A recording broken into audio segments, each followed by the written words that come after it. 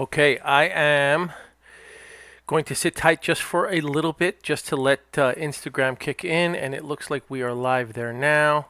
Today's going to be a short live. We're going to be talking about probate. I'm hearing a lot of people ask questions about probate, so I thought, well, before I go coach two divisions of kids over at the local YMCA and their basketball teams. I thought before I went and did that, why not end my day with just doing a little bit of Probate 101? And Probate 101 can actually be a little sad. You have to be very empathetic with people because the people that are experiencing probate are in that situation because somebody has passed away intestate, which means without a will, and so I thought, well, it is a little bit of a sad or a little bit of a downer. Why not have an image of Dispo the Dragon? And not only Dispo the Dragon, but Dispo the Dragon on Main Street, USA, dressed as one of the members of the Barber Shop Quartet. And so that's what we've got. We've got Dispo the Dragon on Main Street, USA, dressed as one of the barbers that sings. And I think they did a really good job of the mascot that we've created for the group, right? Dispo the Dragon. So I'll sit tight just for a little bit. This one's going to be pretty short. It's really only going to be about 15 minutes before I have to head out, but we are going to talk about probate. So let's talk a little bit about what probate is. Now, probate is when someone passes away without a will. And if they didn't have a will, then what happens is the closest of kin, the heirs to the person that passed away, to the decedent, the heirs or the closest of kin have to petition the courts to be able to be designated as the administrator or as the executor of the estate. All right, so since we're doing this for the people that don't really know much about probate, I'm going to try to explain what all those definitions mean. The estate is essentially what the decedents, which is the person that has passed away, what they have left behind. All right, so if they have real estate, that is part of the estate. If they have jewels, that is part of the estate. If they have stocks, bonds, 401ks, that is part of the estate. Vehicles, that is part of the estate. Anything that they have left behind that they owned and they passed away without a will now becomes part of their estate. And the closest of kin, the heirs, the children, the spouse, right, have the right to go to the court and petition the court, which basically means they are asking for their permission to be designated the administrators, the executors of the estate. Okay. Now they are called the executors when they have to go petition. If there is if they were designated as, maybe they don't have a will, but they were designated as administrators in writing something in the past that the decedent, the person who has passed away, if they left something in writing designating you to handle their affairs after they've passed away, but they didn't have an actual will designating what is going to happen to the estate and all of the items in the estate, well, then that person could be considered the administrator. But most people, if they don't have a will, then they probably haven't designated somebody as an administrator. So you have to petition the court, and that is when you are called an executor. Now, keep in mind that everything that I'm sharing with you is based on the experience that I have as a real estate agent and as a real estate broker in the states that I am licensed in. Every state has different rules, so it's very important that you investigate the rules and that you work with a professional probate attorney, because this has to be done with a probate attorney. So if someone passes away intestate without a will, right, then probate has to be initiated, and someone has to petition the court to be designated as the executor of the estate. So that means that when you're talking to someone, right, and they're saying, well, my great uncle passed away and he left this property to me, but he didn't have a will, you are speaking to someone that doesn't really have any type of legal authority to be able to sell the property to you. Now, when I'm coaching people Sometimes they will say to me, well, I have this contract with someone. The property's not really in their name. It's in somebody else's name. But they say that the property belongs to them, or they say that they were the closest of kin and that they should have the property and they should have all rights, and that the person that passed away told them that they have the right to be able to sell the property. Or they told them that they have some type of a will, something in writing designating them the rightful owner of that property, of that real estate, of that house, of that land, whatever it might be. So in that case, right, the person who is claiming that would still have to petition the court, because unless there is an actual verifiable will, then really you're going to have to go to court, which means that that person is going to have to hire a probate attorney to be able to go and petition the court. So they have to pay all the filing fees. They probably have to pay a retainer to the probate attorney, and then they have to go to court at some future date, time, and place, and they have to go before the judge, and they have to basically say, I am the closest of kin, I am the spouse, I am the heir, child, son, daughter, granddaughter, closest family member, whatever it might be, and I should be the one in charge of the estate. Right? Now, that could happen in a few weeks, which is pretty rare. It's more than likely going to be a few months. So when someone who is in our business as a real estate investor who uses wholesaling as one of their exit strategies, as someone who's going to do that when you are talking to someone who claims that they have a piece of property, but they do not have the administrative rights, they do not have the they are not designated as the executor of the estate, then really you are speaking to someone who at that time doesn't have any legal authority to be able to sell the property.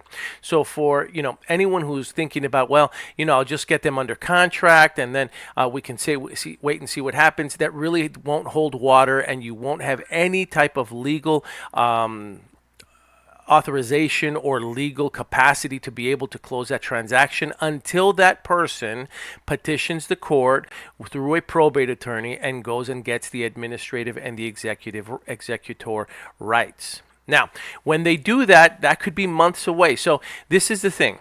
People often say, well, I hear all these things about probate, and this one person closed a deal, and it was a probate deal, and they made $50,000 or $70,000 or $100,000, and it was such a great deal. They did such a good job. I saw the check. I saw the wire transfer. They posted it on social media. And again, what they are not telling you is that the probate process takes a lot longer than most people make it seem. And it really just depends on when you meet that closest of kin, right, and where they are at in the process. Now, if you meet someone who is an heir that has been granted the administrative rights, if you meet someone who is an heir, a spouse, a son, a daughter, a granddaughter, a cousin, whatever it might be, if you meet someone who is an heir and they have received the the title of executor of the estate, then that person does have the authority to sign, and you can go into contract with that person and you can close the transaction. So it really just depends on when you meet that person and where they are in the process. In some cases, you might get lucky and you might be able to meet someone who does have full authority to be able to sell the property. And we're going to talk about what full authority and what partial authority means. But if you meet someone and they tell you they don't have any authority to sell the property, what that tells you is that they are very, very early in the probate process, in the probate stage, and that can last, depending on the courts, depending on their ability to be able to pay for a probate attorney, that can last anywhere from 2 months to 6 months to a year, depending on how complicated the probate process is, and depending on whether or not somebody else contests their petition to be the executor of the estate. Because look, you might have someone who, for instance, I'll give you a real quick scenario of one that we were dealing with, where it was an elderly gentleman. He passed away, and he had a nurse, right, that was with him, for the last 6 months. He hadn't seen any of his family members. She was there with him for 6 months, and he told her that she would get the house. He told her that she would get the real estate once she passed away. So as far as she was concerned, she was the closest of kin. She had earned that home. He told her that she was going to get that home. So she goes and she files a petition, and lo and behold, a nephew in another state catches wind of it, because when you are petitioning, right, to be the administrator, to be the executor of an estate, when you are petitioning by hiring an attorney and paying the fees, paying the retainer fee and the filing fees, when you pay those fees, when you do all of those things and then you petition the court, that has to be advertised for a certain number of days in a local publication so that everybody else can see that you are petitioning the court to be the executor or the administrator of the estate, which means that other people who might also consider themselves closest of kin, who might also consider themselves heir to that estate, they can then step up, attend court on the day that you are petitioning before the judge, and they can contest that person petitioning. So in this case, somebody did step up and they went and attended the court hearing when that nurse was petitioning to be the executor of the estate, and they basically said, I am the nephew of the owner. I contest this. I am the closest family member. I should be the executor of the estate. I should be the one in charge of what we do with the real estate, not the nurse. All right. Now, at the end of the day, this is still up in litigation right now. So they're still contesting each other. And so the judge gets to hear each other's case. They get to hear why the nurse feels that she should be entitled to the home or entitled to to be the executor of the estate. The nephew has to then plead his case as to why he feels that he should be able to have any legal right to the property as the executor of the estate to determine what is going to happen to it. And now the judge makes that decision in some future time and place, obviously at the same court house. But my point is that when people hear that someone else closed a real estate deal as an investor, as a wholesaler, and they hear that they say, well, yeah, we made $100,000 off of this transaction, or we did it through fixing and flipping. We made $100,000. We got the probate deal. We got it under contract. We fixed it. We flipped it. We sold it. We made $100,000. You know, they deserve a pat on the back for that. They deserve to be congratulated for that. They deserve to be recognized for their efforts and for the profit that they made. They deserve all of that stuff. The truth is, though, that most of those deals take time. They are not something that is going to happen within 2 weeks of you, again, meeting the person who is selling the property, unless they have full authority, unless the court has already granted them administrative rights or the title of executor of the estate. So it's very, very important that when you're brand new and you're considering getting involved in probate, and you're going to go after probate leads, and you're going to go after possible heirs, and you're going to go after the people that are petitioning the courts, because, there's a lot of different ways to get leads, and a lot of different really good teachers out there will teach you to go to the courthouse to get, to pull up the probate records. Every county, every city, every state has different rules. So you might go to the county courthouse and you may ask for probate leads, and the front desk may say, no, we're not going to give you any of those probate leads. You can't have access to them. And depending on, again, these are city, these are county, these are state employees. Does that mean that they have all of the answers? Does that mean that they know the entire process themselves? Some might have really, it could be considered experts in it, and some may not. Some of them may just go to work, clock in at 9 and leave at 5, and they really don't care when you show up saying that you'd like to have access to the records for a particular probate case. So it really just depends. There's a lot of different variables here, So you can go to the county courthouse. You might be able to pull those records. You might not be able to pull those records. I will tell you that there are other probate providers or lead providers that do sell these leads. They're not very cheap, right? But they're not very cheap for a reason. And they're not very cheap because it does take effort to be able to find these records.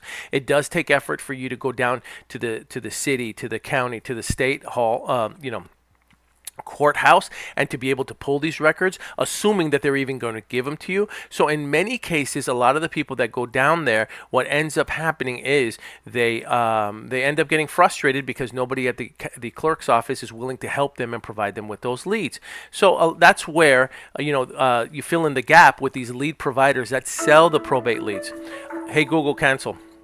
So you might want to consider looking for a stop. You might want to consider, sorry, I had to set my alarm because as I mentioned at the beginning, I coach at the local Y, 2 basketball teams, 2 different age divisions, and so I have to get going. But just to touch on it again, if you're going to be going after probate leads, one of the most important questions that you have to ask someone is, number one, are you the administrator of the estate? Number two, are you the executor of the estate? Number three, did you receive or have you petitioned the court to be the executor or the administrator of the estate? And do you have full or do you have partial authority? This is also very, very important. Forgive me, I didn't have a chance to make slides. Usually that's the way I do it. But the last thing that you want to ask is, do you have full or do you have partial authority? If that heir only has partial authority, what that means is that this entire process, the entire sales process, has to go through the court system and has to be approved by the judge. So the judge ultimately has to sign off on that sale if that person has only partial authority, which means it's going to take much longer, which means that whatever sales price you want to purchase it at has to be approved by the court, and the court has a probate, they call it a referee. Really, it's a probate appraiser that is going to go and give what they estimate the property to be. And in some cases, they don't even visit the property. They just go based on comps. So there are quite a few challenges when it comes to dealing with someone that only has partial authority. Now, if they have full authority, and you're talking to them and you're speaking to an heir that has full authority, they've already petitioned the court, they have full authority to sell the property, they don't need the court's approval.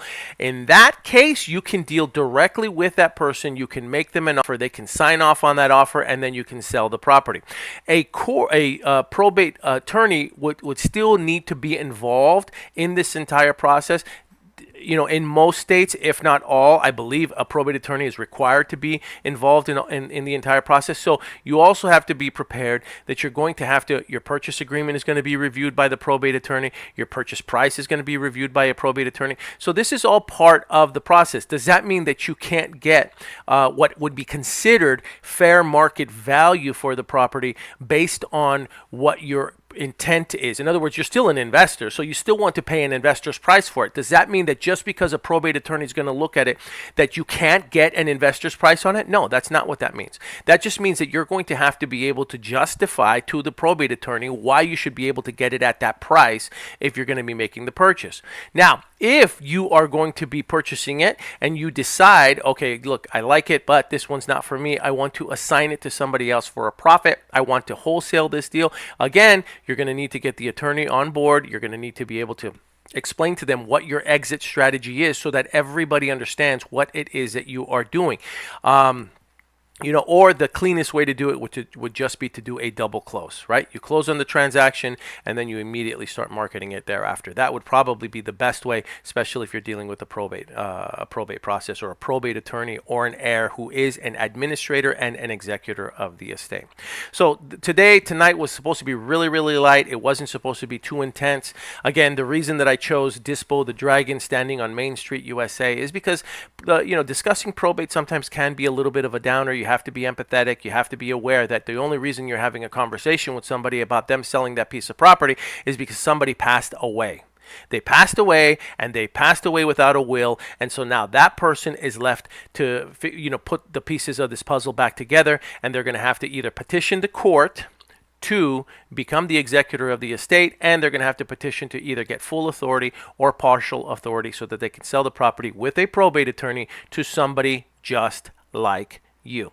Now, if you have a probate lead, if you know of, if you have someone that is dealing with this right now, and you need someone to help guide you through this process, again, I say it all the time: find a mentor.